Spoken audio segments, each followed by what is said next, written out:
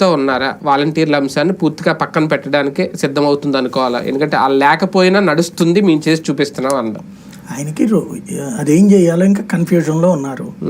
Volunteer లేకపోవడం వలన ఎదురైన ఈ సమస్య అర్థమవుతుంది.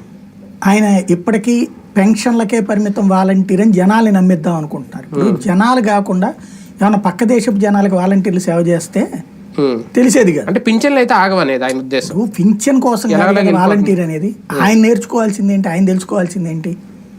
వాలంటీర్ అన్ని సర్వీసులు అందించాడు. ఉట్టి పింఛన్ కోసం అని చెప్పి వాళ్ళు మనం పబ్లిక్ ని మార్చేస్తామంటే ఎట్లాగా?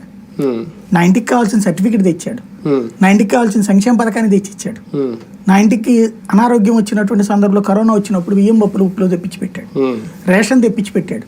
ఇవన్నీ వాలంటీరే కదా చేసింది. ఇప్పుడు అవన్నీ లేదు ఉట్టి వాలంటీర్ అనేవాడు లేకుండా ఎవడు లేకుండా ఎవడు బతకలేడు, అందరం బతుకుతాం. తండ్రి లేకపోతే కొన్ని రోజులు బాధపడతారు బిడ్డలు, భర్త లేకపోతే కొన్ని రోజులు బాధపడుతుంది, భార్య లేకపోతే కొన్ని రోజులు బాధపడతారు. ఎవడు బతుకుతాడు. కాబట్టి దాంట్లో ఉన్న లోపం ఎప్పటికప్పుడు గుర్తుకొస్తుంది. గుర్తుకి రానంతటి స్థాయిలో వీళ్ళుంటే ప్రాబ్లంలే.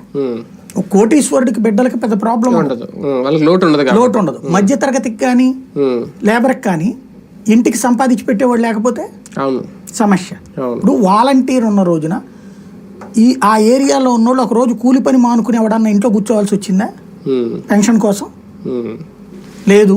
ఒక రోజు పని మానుకుని ఈ సర్టిఫికెట్లు పుచ్చుకుని తిరగాల్సి వచ్చిందా? ఇప్పుడు వరదే వచ్చింది, సర్టిఫికెట్ల కోసం తిరగాల్సి వచ్చిందా?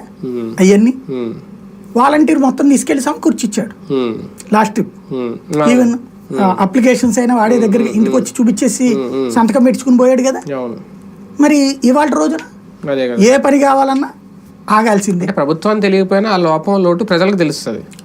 అది ఏంటంటే ఆయన ఏమనుకుంటున్నారంటే తన మాటల ద్వారా మరిచిపోయేలా చేయగలను అనుకుంటున్నారు. అదే చేయాలనుకుంటున్నారేమో, ఆ ప్రయత్నం అయితే జరుగుతుంది.